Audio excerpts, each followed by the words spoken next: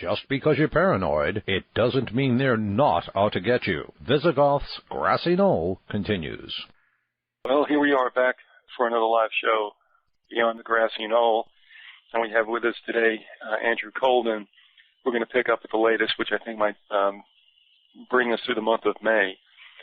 And Andrew, I don't want to be rude, so I just want to welcome you aboard and thank you for coming on. Hi, thanks. Thanks for having me on. Okay. You weren't doing anything I interrupted, was? All right, look, just hang with me 1 second, because there's just something else that came to me. And I think I want to bring this up as well, because this is what we deal in a lot of what we talk about. And I'll explain that in a second. But I want to do some shameless self-promotion. I don't know if anybody's aware of it who's listening right now, but we're going to do this marathon, 13 hours, 13 guests. It's called the Nollapalooza. It's going to be held Saturday, July 5th, beginning at 2 p.m. It will end Sunday, July 6th at 3 a.m. Those are Eastern Standard Times. So that's July 5th, which is a holiday Saturday, beginning at 2 p.m. Eastern and ending Sunday, July 6th at 3 a.m. Eastern. And we're going to have 13 guests for 13 hours. You can go to my website and just click on Nollapalooza information. You can see who all's going to be there. I will post the times when they are firmed up. They almost are, but I'm going to wait so you have an idea who's coming on when. Right now, there only looks like there's going to be 2 pre-records. I hope that's all there will be. And that's only because of schedules. One of those guests happens to be Philip Coppins in the UK, who can't make it any other way. So we won't be able to ask him questions, but everything else will be live and you can call in. All right. One thing I want to ask you about, Andy, and Adam O'Reilly is going to come out with something on James Shelby Downard. And I was going back and forth with Adam and also Chris Knowles. And you know what? I was thinking about what Downard dealt with mostly. And I think we do the same thing, although I think we give more credit to perhaps randomness. I don't know. Wouldn't you say, Andy, what we do, deals a lot with synchronicities? Yeah, it really has sort of turned into a research about synchronicity, the whole thing. And that is not to say that some of this isn't orchestrated. But no matter what, it kind of is just out there. Can you give any kind of explanation yourself how sometimes these things work out? And I'm not going to, try to drive you into a spiritual situation, which it might be necessarily. But, can all this just be coincidence? Well, a synchronicity is an acausal relationship that can't be explained by normal hearing a weird echo, by the way. All right. We're getting a little feedback I don't know if it's going out over the air, folks. If it's not, okay. Okay. Acausal relationships that don't have an explanation, and by studying the Mothman, I've come to sense that there is some force that is trying to balance the scales against conspiracy and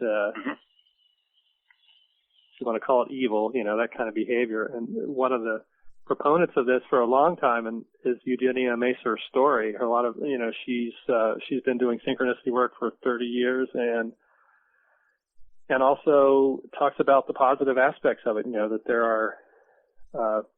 are different kinds of spiritual entities or even quantum psi entities that have to be dealt with differently.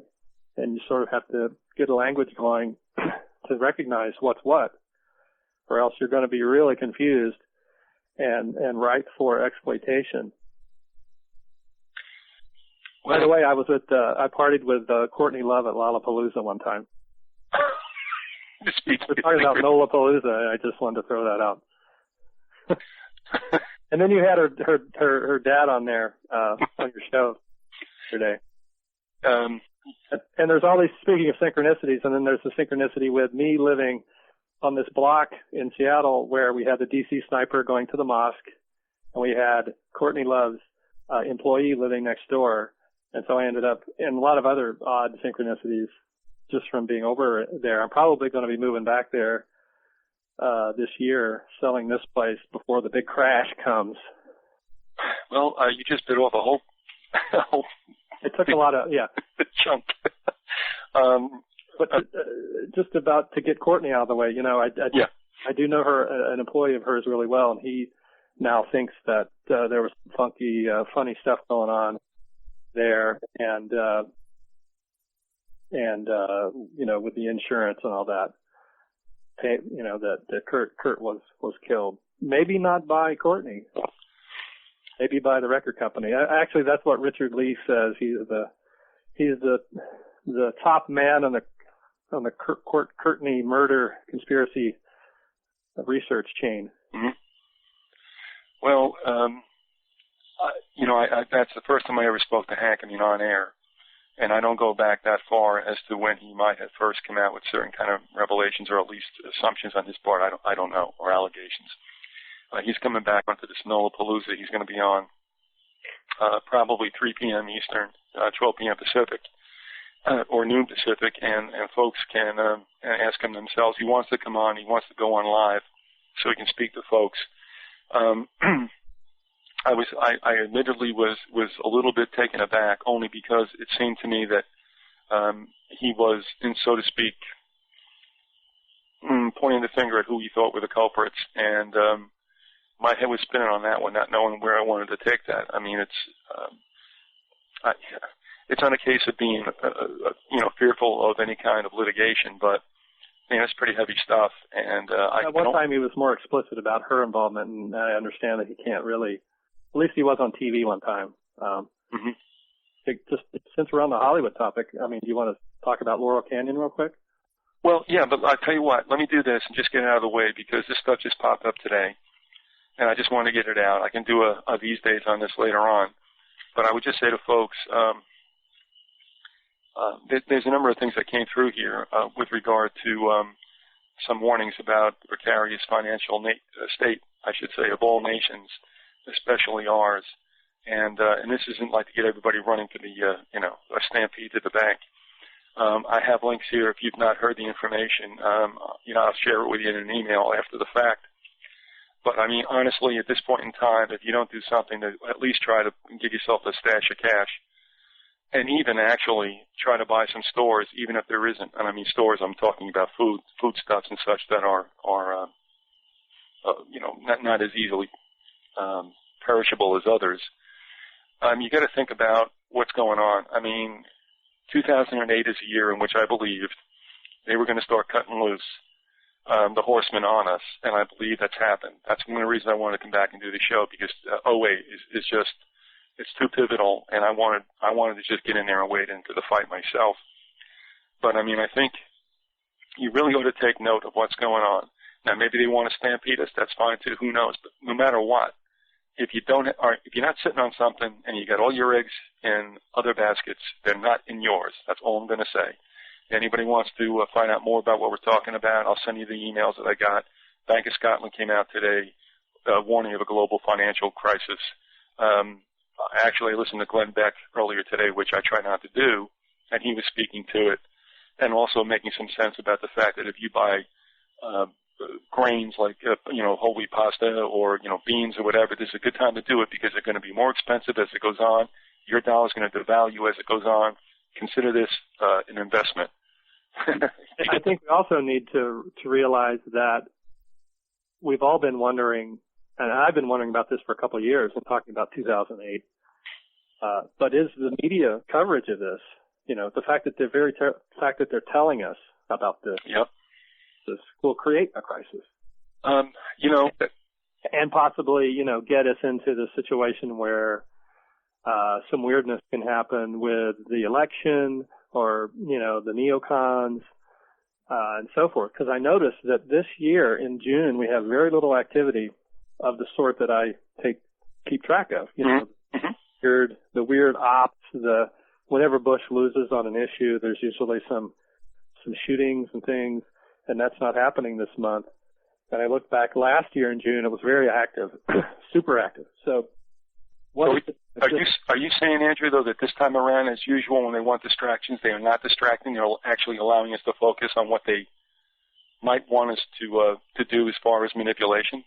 Well, I just noticed that after he lost in Guantanamo, we didn't have a school shooting. We didn't have some of the usual stuff. We had some allusions to things. We did have a step up in media activity, reminding us of 911, and there was a Hansen story, Susan Atkins, and some references to terror, but no actual op, and it makes me wonder if it's simply because Bush is in a lame duck year, or is it a vacuum before before a tsunaami? You know how the beach, the water goes out. Mm-hmm. Yeah, exactly. And then that should give you an indication to run for the hills. Well, I'll tell you what. I don't know. I'm going to have to watch CNBC today, after we get off and find out whether anybody's reporting this on broadcast TV. I haven't heard any hint of this whatsoever except on Beck's show this morning. And I listened from like 11 a.m. to noon, the last hour of his show. Now, he makes sense about a lot of things, but I also think he's an absolute piece of steaming dung most times. So, yeah, maybe he's availing himself of getting people to do that. But I do know that if it's going to happen, I don't know how bad off it could be if you have some stash and you also have, and we do this in Florida all the time. I mean, we always prepare, or we should prepare, for things getting really weird because it's just for the nature of what happens with hurricanes. But again, the envelope's being pushed. And, but how many people do you think, Andrew, are really paying attention? How many people are still going to put money in their 401ks and all other instruments of, for retirement accounts? I just think no idea. I have no idea. No, I don't think anybody's going to move. They don't believe it. So you can even call this a fair warning. Nobody pays attention, and life goes on. But anyway, I'm just saying it because we did this years ago. We're not sorry we did it. And, we're already taken care of. Now, let me do this also before we get into Laurel Canyon. Actually some of the synchronicities that's going on with just the shows that we have with you coming on and McGowan and such, and Hank Harrison. If you want to call in, fire away. It's 888-333-9009. Obviously, some of you already know up on libertasmedia.org there's a chat room. That's where you have to go anyway on that site to listen to the show. If you want to chime in there, you can do so. You can also send me emails via Vyzygoth@hotmail.com, Vyzygoth@verizon.net. And I'm on MSN Messenger, and my address is Vyzygoth. So if you guys want to jump in, that's fine. And Andy, let's talk about Laurel Canyon. You've been looking into this as well. And I would say not only is Andrew going to be on with us during the Nolapalooza, but so will Harrison and so will McGowan. So what struck you about Laurel Canyon? You got some connections there too, don't you? Some. Well, this fellow I'm working on a book with, Bruce Bickford, he's always having Mothman synchronistic visions and says things that really tie right into what I'm doing. He's a cipher. Okay. Really talented guy. He worked with Zappa, and Zappa put him up in the log cabin there on Laurel Canyon, which is this famous building. Well, actually, he actually didn't end up staying there because he didn't like the situation or something. But he went there and checked it all out, and knew a lot of the players around there, but the story of Laurel Canyon is very interesting. It's somewhat like Woodward Drive, except it's in Hollywood. Mm-hmm. Because Hollywood is an oil town. L.A. is built on oil, just like Charleston, West Virginia was built on oil. And so up this canyon, at the top, they had a secret CIA facility that was a movie studio and all this other stuff. And that was there right after World War II. And then by the 60s, they had brought in all of these military intelligence families to live in the canyon. And these people ended up being the ones that jump-started the whole peace movement in L.A. The various bands that made it big were these military families, like Jim Morrison, who also was deeply into the occult, or seemed like he was. and and his dad was the captain of the Maddox, which started the Vietnam War. The Maddox ship. Mm-hmm. And there was a McCain connection of that. McCain's grandmother was the benefactress of that ship, and then the Maddox name ties into the whole Manson and Mothman story, and then of course there were Manson connections to Laurel Canyon too, and lots of weird murders there, which McGowan goes into in his on his website. Yeah, it was interesting. I don't have a whole lot to say about Laurel Canyon. I just wanted to throw it out. Okay, no, and I'll just let it go with this too. It's interesting because a few things going on with me. Hank Harrison was saying, as far as he knew, and I believe he's being truthful, for as much as he knew, and I mean he was tapped in pretty well. I mean he goes back to the dead, before they were the dead. And I asked him how much might have been manipulated by psyops, and he didn't think it really was. I don't know where Dave is going. He's got some more parts up on his site. It's very provocative. I think the stuff he's coming up with is really important, and is definitely to be looked at. Yeah, and I got to get there. So thanks for telling me that. And I've been a little derelict in reading what's coming up. But I mean, you have Hank for what he knows. Also, we have what Dave's dealing with, and there's also a gentleman out there who was kind enough to write to me about. I don't know if you remember this or not. John Coleman, in his book, The Conspirators' Hierarchy, The Committee of 300, and also Alan Watt, both a person by the name of Theodore Adorno, Adorno, possibly with protéging the Beatles and I guess injecting their music with a certain sociological impact designed for manipulation. This gentleman said, no, this is not the truth. I've tried to find people who would come on and speak about Adorno. 2 researchers I got in touch with, so to speak. One just didn't feel that she was that deep in it and begged off. The other never really responded. So I'm asking this individual who really is just trying to set the record straight. So we have a whole lot of things going on here as to what exactly was or wasn't going on. Why do we have that rash of deaths in that period in the late 60s, obviously with Joplin and Hendrix and Morrison and et al. I had asked him about the Stanford Research Institute, whether or not that had any impact on Kesey when he went off on his electric Kool-Aid acid test, and whether, Kesey was necessarily, squeaky clean. But he said no, the SRI had nothing to do with Stanford, it just took its name. And he felt they had no impact whatsoever, that pretty much everybody did what they were doing, and nobody guided them. And let me just ask you, Andy, too. I mean, we're not done with this at all. We've not reached the end of the matter if we ever do. I mean, what is your take, obviously countenancing all these other sources that say this, that, and the other thing? Puharich was involved with SRI, and all those guys were CIA connected and MK Ultra connected. They were getting their stuff from Scientology, the whole remote viewing thing. I don't think you can say that at all. I think there's definitely something there, and they're connected to the Nine too. I mean, a lot of these SRI guys are not only Scientologists, but they were into the Council of Nine, which is this, about it, related group from way back, from England and India, the whole, that whole nexus of England in the Middle East and what all that brought forth in terms of outlook, taking the Western powers, trying to take the Eastern philosophy and make sure that it doesn't undermine what they've already got going. I mean, that's the whole story of civilization almost, is that the East-West clash, the difference in philosophy, and I just think that there's the crossover parts of it are really interesting. There's lots of ways you could go with that. Was the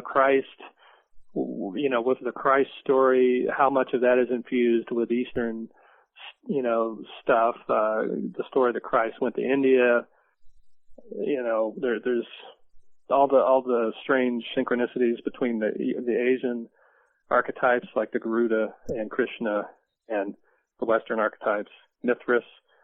Chris Knowles has been doing some good research in New York about all the different symbolism there. Amazingly, you talk about Rockefeller involvement in the Mothman story, or the fact that Mothman seems to be cluing us to Rockefeller operations. I mean, you just look at the buildings in New York and you see Garuda-style archetypes all over the place. Mithras, often has a serpent, just like the Garuda does. He's winged. AT&T, Western Electric, all these companies use this symbol, and they're actually using it again. I think, is it Verizon? I think it's Verizon is now using Mithras back again, as a logo. Mm-hmm. They're quite open about,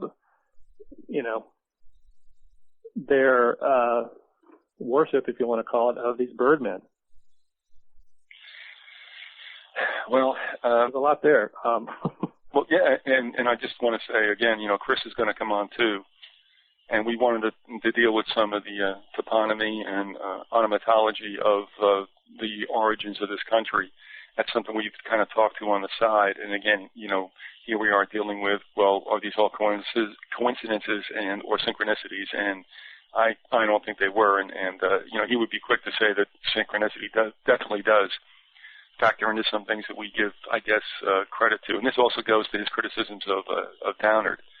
But, still in all, there's an awful lot going on around us and has been for quite some time. Powers that be, they're spiritual too. They have their spiritual beliefs, and they understand what this is. They understand that these birdmen are bringers of synchronicity, and that these synchronicities can sink their ships, can sink their plans, anybody out there can get an important clue at any time that will sink, whatever they're cooking up. And so they have to keep control of it. Yeah. I think that. No, I agree. And this is another whole thing that we're dealing with, on the show here, which I think is very interesting. It's probably some of the most interesting stuff there is. It does give you a bit of a respite, so to speak, from some of the politics and all that. But this is by no means something you can dismiss. And I just want to let everybody know, again, we're talking with Andrew Colvin. His website is andycolvin.com. He is the author of The Mothman's Photographer. And Andy, are you coming out? You just mentioned you're working in concert with someone on another book. Are you also going to come out with another edition of Mothman's Photographer? Well, probably. This one's like 600 some pages, and I'm wondering if I should split it into two books. The one that is almost finished here. Mm-hmm. But that's the Mothman 3, and I'm definitely putting that out, and I'm doing one with Bruce Bickford, and I'm doing one with Adam Gorightly, and I'm doing a reprint of The Silver Bridge by Gray Barker. Right. And that's coming out real soon. And I've gotten new intros by the original guys, friends of Barker, Jim Mosley, and Alan Greenfield. Greenfield wrote the UFO Cipher of the UFOnauts, and Mosley wrote the amazingly funny book, Shockingly Close to the Truth, with the history of the UFO field. Both great guys. One quick question, if I could, about the Silver Bridge, and that refers to the Point Pleasant Bridge collapse. Is that correct? Yeah. Well, it's the Mothman. It's the first Mothman book. Came out in 1970. Is there any kind of information, or do you have any somewhat founded suspicions that something else was in play when that bridge collapsed? Well, I've always suspected something. I don't know. Well, I don't know. I might have been slow to this, but I guess you were. It might have been something that we had an exchange about not too long ago, whether or not, and I hate to use this word because I don't want to loop into certain people that I'm not all that fond of, and that is Fetzer and Judy, and that is, do you think there might have been some kind of ray involved or some kind of what you would call exotic weaponry? Yeah, well, there's lots of clues about that. There's lots of different stories about the black box, this black box, that black box. You know, Puharich had a black box. The Tesla coil comes in a black box. There's the Major Downing, deep throat guy who talked about rays being used there, and certainly that would be the way to bring a bridge down, is just to vibrate it with a Tesla coil, and that would explain why guys that were on the bridge a few days before, guys that were dressed just like the MLK assassins, and then the guy with the white Mustang who was in Point, and the white Mustang was the getaway car in the MLK assassination, and witnesses are getting precognitions of the MLK assassination, and, you know, there's a lot there. And, but yeah, I think, and then even some of the witnesses have unusual vibrating sightings, like where they see, I have one in the Mothman 3 who saw these vibrating eyes, 2 red dots in his room, and then he blacked out. It made the bed shake. He and his girlfriend couldn't remember what happened the next day. And then it turns out, I was listening to Jeff Ritzman, who's a UFO guy. We were on Erie Radio not too long ago, and he had the same exact thing happen to him. So is this just a paranormal experience where they are hallucinating this vibrating thing, or do they happen to path of one of the devices? And in fact, they just tested such a device on protesters not too long ago. Military, it came out. There was an article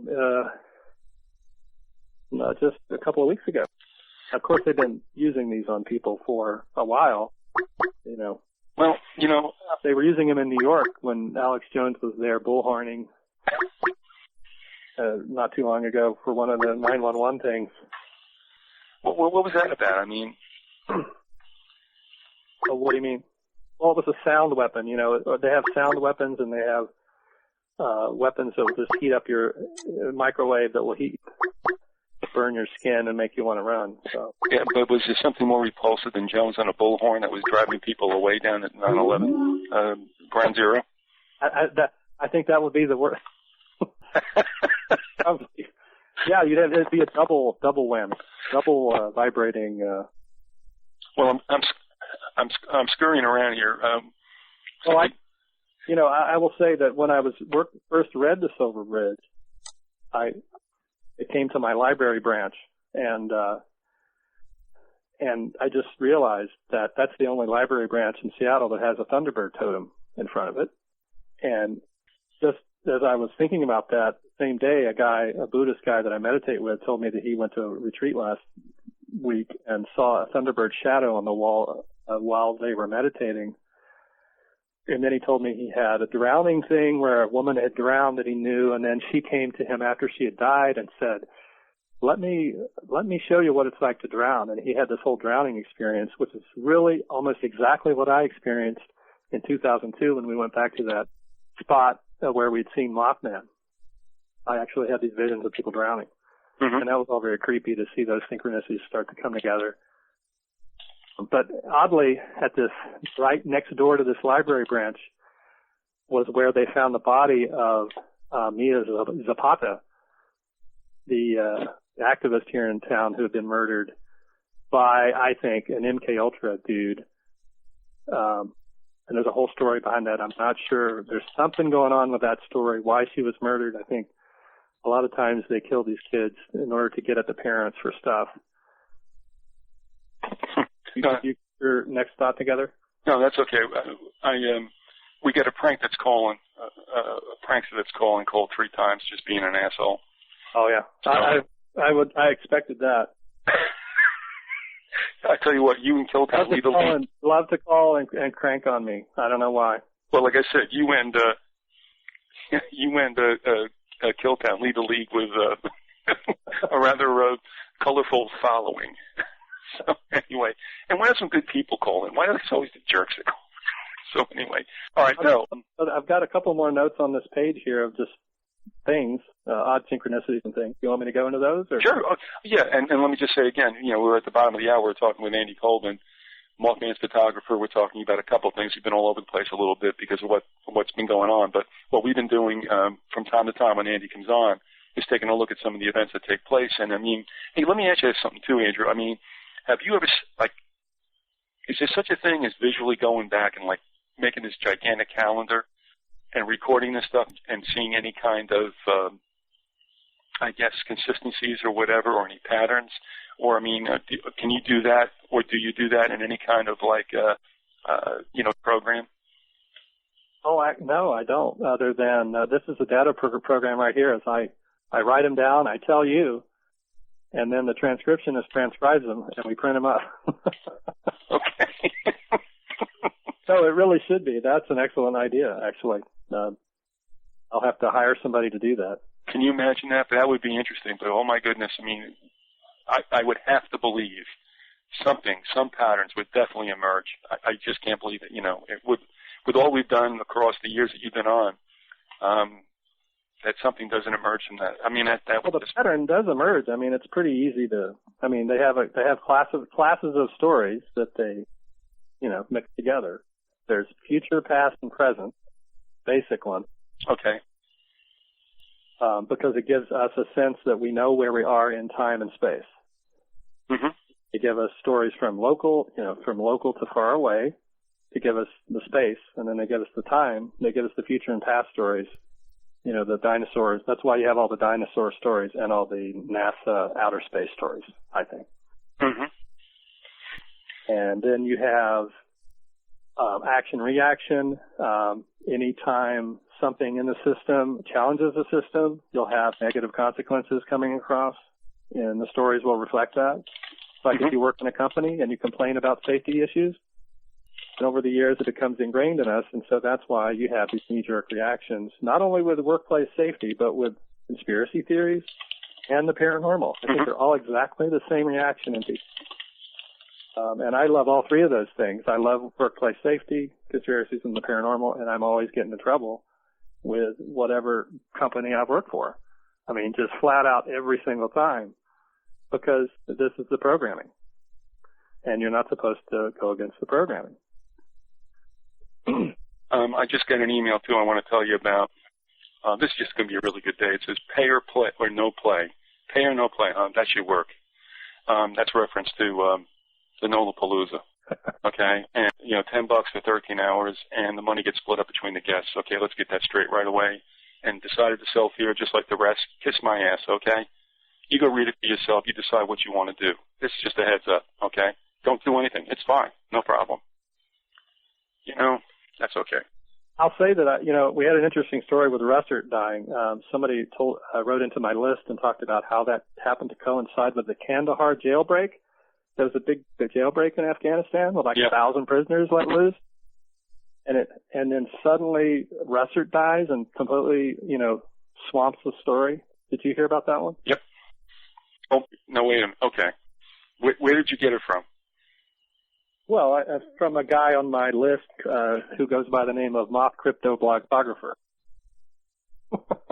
He's a government lawyer who has a publishing house of his own on the side, Freemasonry kind of stuff. He's a nice guy, but, everybody wonders about him. Mm-hmm. He's a government lawyer, so. All right. One thing. Here's the thing. He lives in D.C. Well, the thing about, and I got this from someone else through this group called Nasara or something like that, who go on with the White Knights and all this other, like, woohoo. Now, the thing is, why that said the CIA killed Russert because he was onto this thing. But, as far as... I don't believe that. No. I'm not saying this off on purpose. I just think they decided to, Well, I mean, as much as possible. Well, my point about this was Tim Russert played the game like everyone else, Jesuit educated, and NBC's man in the Vatican for quite some time. Yeah. You look like a great guy, a guy, who you'd buy a beer if you saw him in a bar.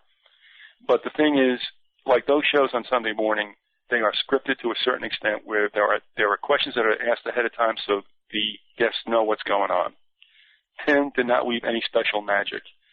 So, I mean, if he did what he was supposed to do, there's no reason to whack him because he's been a good, useful tool for the networks and for the government and the powers that be. So, no, he wasn't killed. Also, I got another email that says, why is it the assholes are the only ones who call? Because the rest of us are working. Or screwing off at work, which is still very important. That's good stuff. I'm sorry, I didn't mean, I'm okay. Well, that's fine. Also, Tim Russert, was he a CFR member? That's an IM we just got. I don't know, but since you asked, you can go to my website, beyondthegrassyknoll.com. You can hit the 2007 roster. You can find out if Russert is there. Certainly Brokaw was there in his day. Jennings was there in his day. What's his face? From CBS. Why am I forgetting? Rather was there. All the anchors were there at one time, and Russert might be as well, and that does say something, obviously. So you can go check out the CFR roster for 2007 on beyondthegrassyknoll.com. Hit the links on the left-hand side. Okay, I'm sorry about that. Go ahead, Andy. You were headed toward. Okay, well, we had I don't want to spend a whole lot of time on it, but we had the China earthquake, and you and I sort of came up with this theory that but there was some speculation about concrete being found everywhere around the blast site, around the earthquake site, like explosion had occurred. Somebody saw some kind of mushroom cloud, and it made me think that perhaps the Rockefellers or their minions had perhaps made that happen.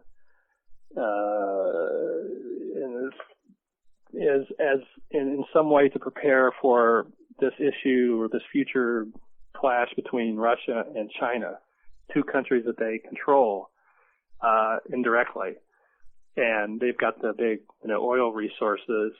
And one of Russia's issues is that their population is declining, China's is going way up, and that eventually people are going to stream through that area and perhaps take over the Russian oil fields in the east.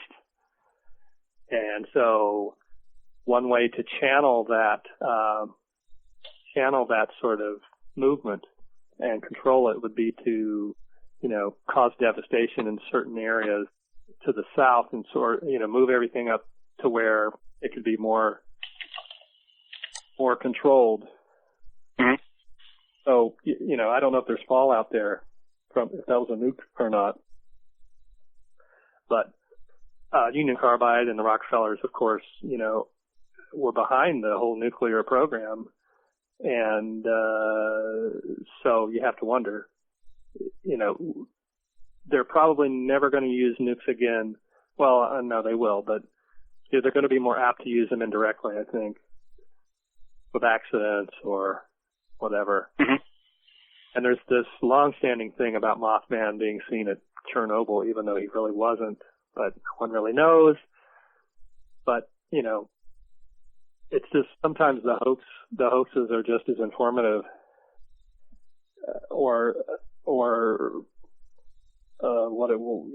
they shed light on something.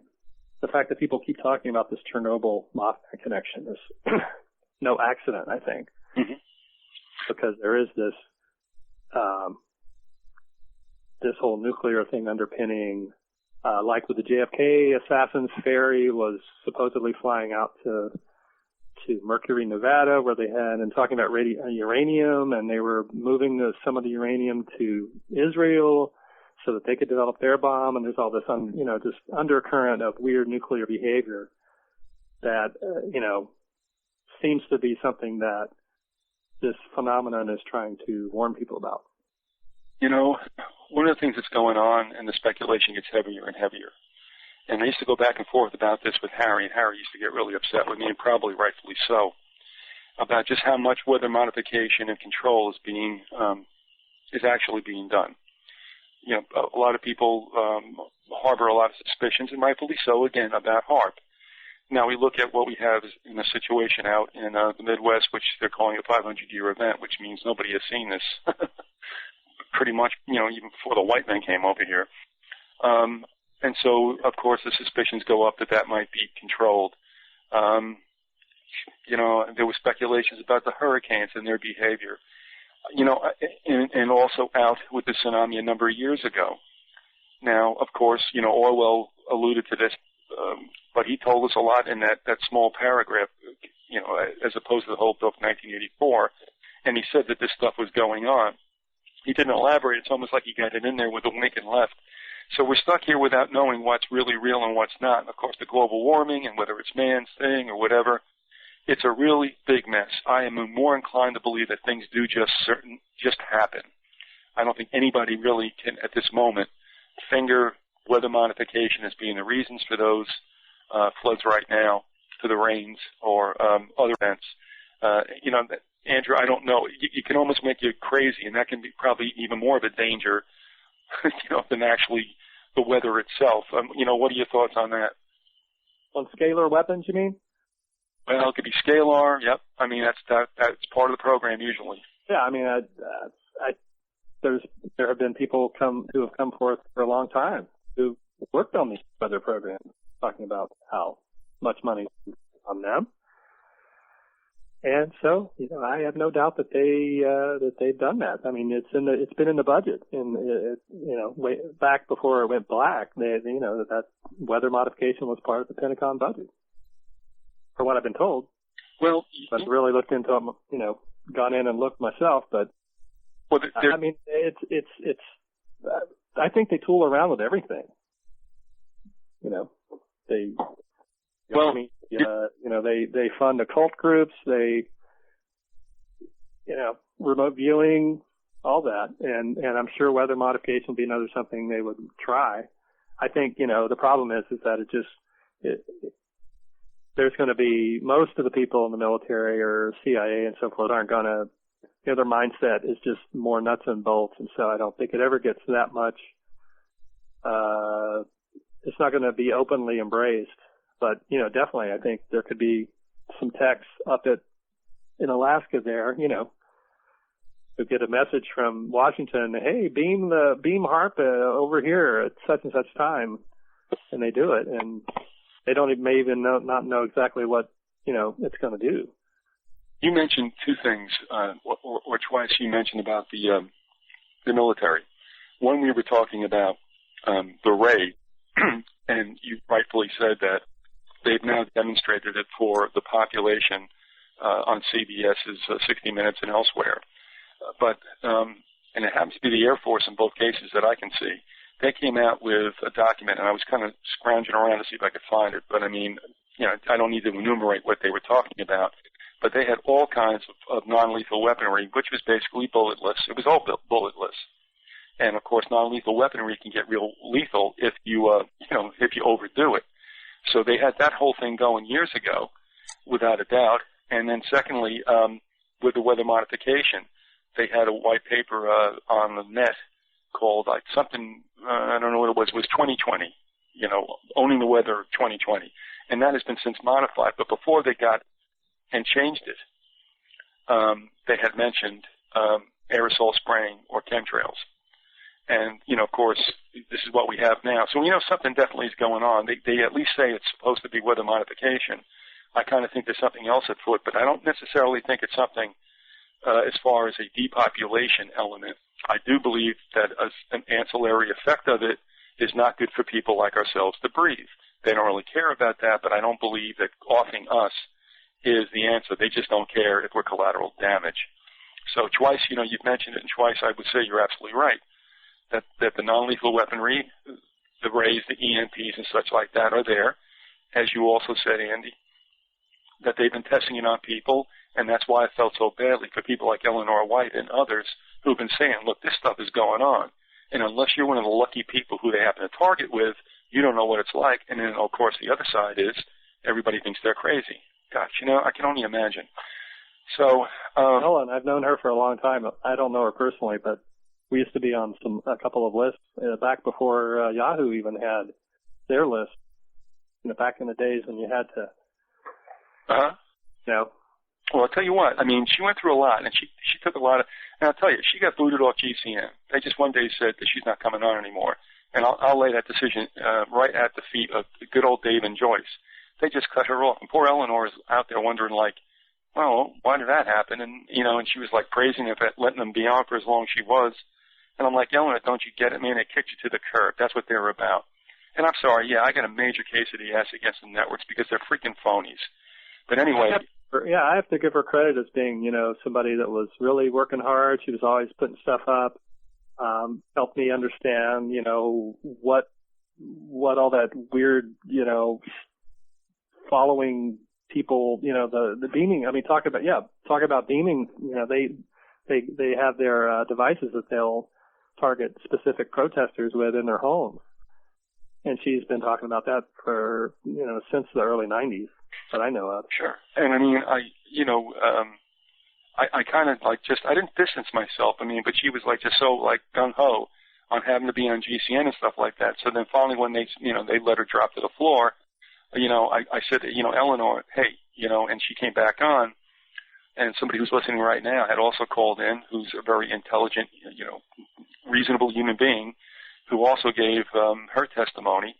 And then we had the testimony of two sisters who are now in law school, nobody's fool, out in Sacramento, California, who have been targeted by their neighbors and what they had to go through. Now, no matter what, you think Eleanor, others are Sue Ann Campbell, I still believe they're very credible. When you see when you encounter the story of the two sisters out in Sacramento, California, then I don't think that leaves any doubt whatsoever. The fact that had to chime in, okay, but they did, and it wasn't. Go ahead. No, I'm just saying it wasn't a pleasant situation for him, but I believe that added a lot of credence to this whole situation, which is just so murky, and it's easy for people to just accuse others of being whack-a-ding-hoy. Go ahead. Well, she's one of the few that hasn't written a book and made a bunch of really outrageous claims. Good point. Yep. Informationists in that field. And I will point out Alex Constantine as he's a guy who's had that stuff happen to him, and he's got a great website or a blog, and, maybe he's a Mae Brussel acolyte, and he's written the book about the Hollywood rock and roll murders and things. You were mentioning something you had said clicked me to hit one of my points on my page here. I've got 5 synchronistic little stories. Should I just roll through them all and then you can make notes? All right, before you do, let me just throw this in because this person's been good enough to email, and then, we're going to definitely do that. Let's get into that. But the email was, and this person has a sense of humor, recently there was an article about Russia doing weather control. They got busted because they dropped a bag of cement on some lady's house. And well, it's not funny if you have a lady whose house had cement dropped on it, but the point is they were using it to prevent poor weather on a holiday, which they claim they did often, in quotes. If they do it just for convenience sake, think of what they use it for covertly. That is, from me, who never took weather control things seriously. Okay, I got you. I appreciate that. Also, I will say, Andy, before we throw it to you, and that is Will Thomas was on Coast to Coast last night. I listened for about 20 minutes. Will Thomas, I think, is a pretty straight shooter. And one of the things they talked about was the fact that China, Beijing, absolutely guaranteed no bad weather during the month of August, during which they will host the Olympics. Good point out there, Norm. And, I know. I just wish I knew, for sure what exactly is going on, because it can make you paranoid, but that doesn't make you wrong. Okay. And by the way, Tim Russert is not on the CFR list. And somebody said, you don't like Alan Constantine much, do you? Referring to me. No, I like his work. It's just that, he's been hiding for so long, and then he comes out in the fore. And I've asked him to come on a couple of times to speak about exactly, what he has written with regard to rock and roll. And, he's a great source, but, I don't hear from him. Do I take it personally? Yeah. I didn't know that. Wow. Okay. What's that? The work he did on rock and roll? No, I didn't know that you had tried to get him on there and so forth. Yeah, it was hard to get his email, and now he's kind of out there again. He kind of slides in, slides out. I guess he also feels, he's being... Yeah, that's happened to me too. I've tried to contact him. Yeah, I don't know. I mean, if he really is being, harassed like he used to say he was, I guess would make you want to have a lower profile. Okay, great. So you blood all over the joint in a 1 hour talk show. He hasn't. Yeah, it's a good question. I mean, Yeah, it's all right. I see where you'd want to find out more, and I'm behind you. I'm behind you on that. That's right. Know more about them. I'll get over it, but a simple I don't want to would be fine. When you don't get a response, it's like, no money, I have a freaking email, man. Sorry. Yeah, that's fair. That's fair. I'm getting in a very foul mood. Well, let's move on. I've got 5 things. I'll try to do 2 minutes on each or less. And you can say whatever. The first one was you were talking about non-lethal weapons, and it reminded me of the West Nile virus. Some of these viruses can be considered in that camp, and it ties into another girlfriend of mine. Seems like all my old girlfriends have odd, things, symbolism. But this one, this old girlfriend from Texas, her ex-husband's father worked for the Rockefellers and some other groups on West Nile research back in the late 50s. Thing's been around 50 years. Yep. Virus and the Rockefeller. I mean, they're studying mosquitoes. Basically, was his business.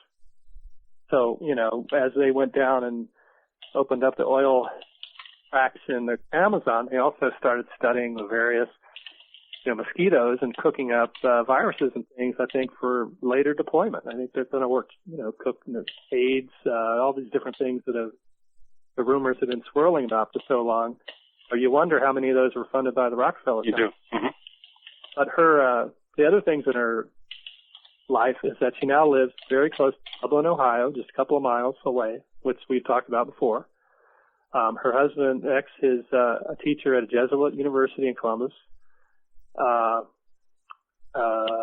She's Norwegian. We talked about how Norway and Sweden seem to turn up all over the place in the Mothman story.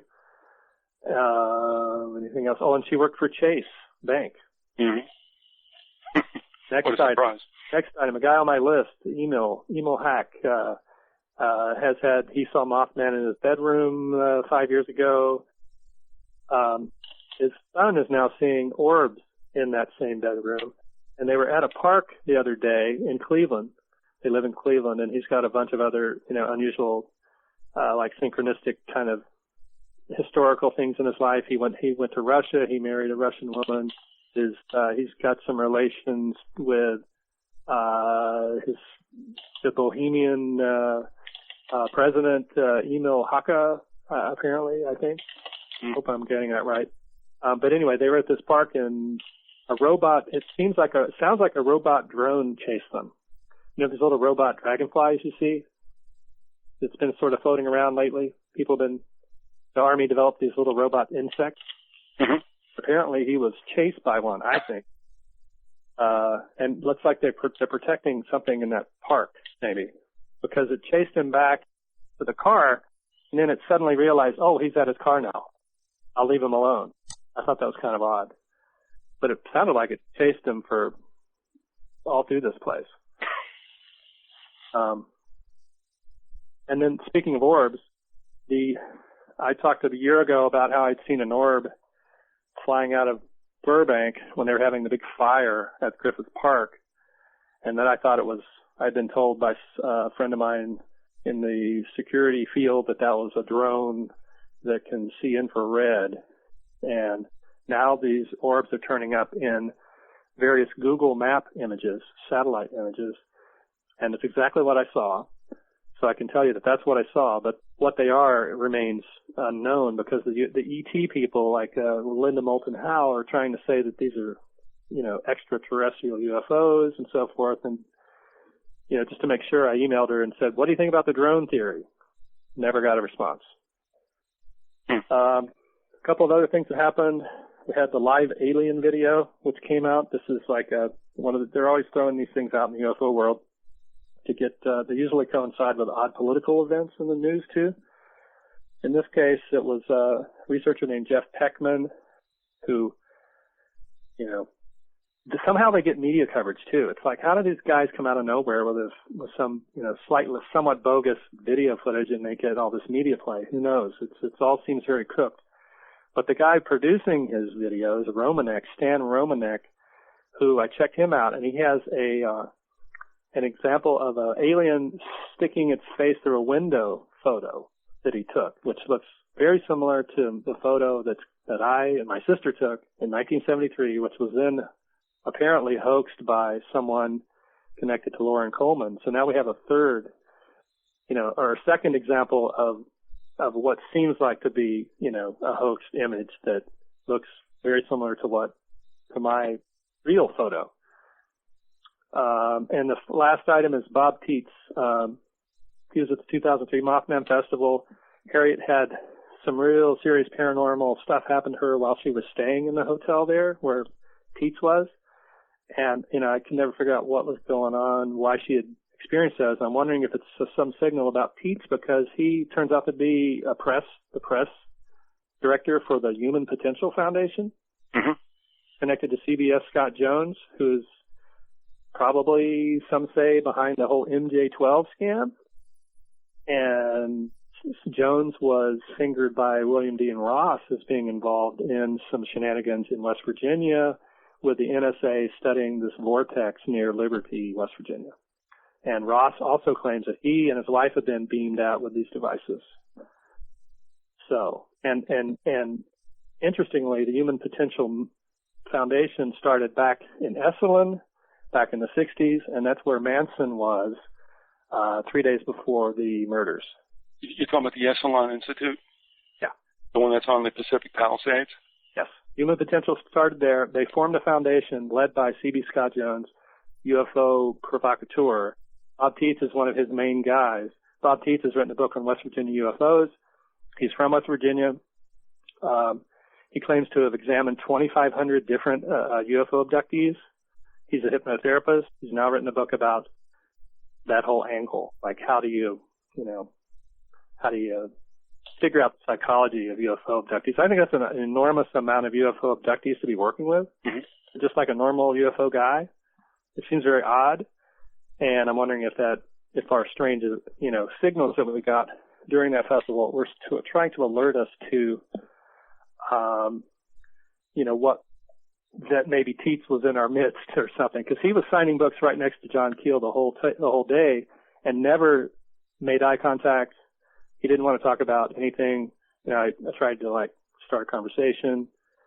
It all seemed very odd to me at the time, and I mentioned it to Harriet, and now we know more about him. So someone has actually gotten a website about the Rockefeller Initiative in the early 90s, which was flooding the media with all these UFO messages. That's why we had all those TV shows about UFOs in the early 90s, because the Rockefellers were funding that. And Tietz was somebody right in the thick of that. The Rockefeller Initiative, it was an effort to supposedly, alert the Clintons to the UFO threat.